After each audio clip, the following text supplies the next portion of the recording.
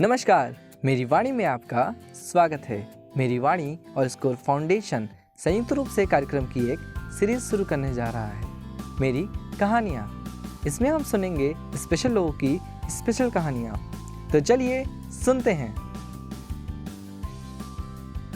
मंजिल उन्हीं को मिलती है जिनके सपनों में जान होती है, लेकिन पंखों से कुछ नहीं होता, हौसलों से उड़ान होती है। आप सभी सुन रहे हैं महसूस। आज हम आपको सुनाने जा रहे हैं दृष्टि की कहानी। इस कहानी को हमने नाम दिया है हौसलों से उड़ान। यही नाम क्यों और कैसे, ये तो आपको पूरी कहानी सुनकर ही समझ आएगा। स्कूल जाते वक्त रास्ते में बस स्टैंड तक पहुंचने के लिए दृष्टि को हर रोज एक रास्ता पार करना पड़ता है, लेकिन आज सड़क पार करते वक्त दृष्टि के दिन में कुछ नयापन सा है। आज छोटी दृष्टि की मदद के लिए उसके माता पिता नहीं है। दृष्टि मन ही मन में बात करते हुए, हाय राम, मम्मी पापा को कह तो दिया कि मैं खुद से स्कूल चली जाऊंगी, पर ये तो बड़ा मुश्किल सा लगता है। अब पापा को कैसे कहती, माँ की तबीयत जो खराब थी। छोटी दृष्टि अपने मन में कई सवाल लिए रास्ता पार करने की हिम्मत जुटा ही लेती है कि तभी एक लड़की उसकी मदद के लिए हाथ बढ़ाती है और इस तरह दृष्टि की ये मुश्किल तो दूर हो गई। जैसे तैसे छोटी दृष्टि स्कूल तो पहुंच जाती है, लेकिन देर होने की वजह से उसके मन में बड़ी घबराहट होती है। क्या मैं अंदर आ सकती हूँ? हाँ, आ सकती हो। चलो बच्चों, आज हम अक्षरों के बारे में पढ़ते हैं। जी टीचर। जरा अपनी किताब खोलना और छू के बताना ये अक्षर कहाँ लिखा है। सर, बाईं ओर से 5वें नंबर पर। बहुत अच्छे दृष्टि। फिर स्कूल की घंटी बजती है। बच्चे आपस में बात करने लगते हैं और अध्यापक ये बोलकर कक्षा से चले जाते हैं कि आगे की पढ़ाई हम कल करेंगे। घंटे के बाद फिर हिंदी की कक्षा शुरू होती है। सुप्रभात मैडम। सुप्रभात बच्चों। चलो बच्चों, सब अपना अपना परिचय दो।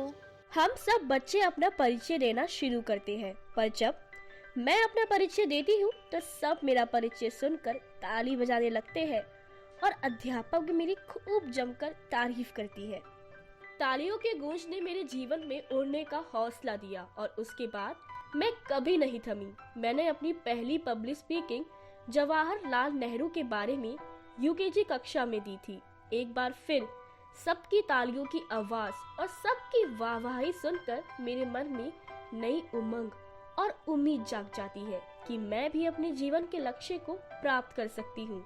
तब से अब तक मैं पब्लिक स्पीकिंग कर रही हूँ।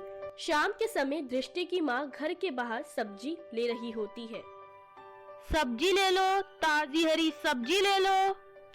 भैया 2 किलो टमाटर देना। वहीं आसपास के लोग भी सब्जी ले रहे होते हैं और आपस में बात करने लगते हैं। भगवान भी कैसे कैसे खेल खेलता है। इसकी एक ही बेटी है, वो भी देख नहीं सकती, ना जाने आगे इनका क्या होगा। ये बेटी का ध्यान रखेंगे या बेटी इनका ध्यान रखेगी? वहीं पीछे खड़ी दृष्टि सब सुन लेती है और ठान लेती है कि वो इस काबिल बनकर रहेगी कि वो अपनी माता पिता और अपना ध्यान खुद रख सके। बिनो जाइफन हमेशा से सिविल सर्विस में जाना चाहती थी। जन्म से ही उनके अंदर आत्मविश्वास की कभी कमी नहीं रही। उनके कैरियर के बारे में बताया जाए तो पहले उन्होंने एसबीआई में काम किया, अब लेकिन उनके मन में हमेशा से देश और समाज के लिए कुछ करने की चाह रही, जिसने उन्हें सिविल सर्विस की तरफ आकर्षित किया। और बस फिर क्या था, 100% विजुअली चैलेंज्ड होते हुए भी इंडियन फॉरेन सर्विस के लिए सिलेक्ट हो गई। If you like the radio program and would like to know more about the living life with blindness, please call IVA toll free number 1800 5320 469.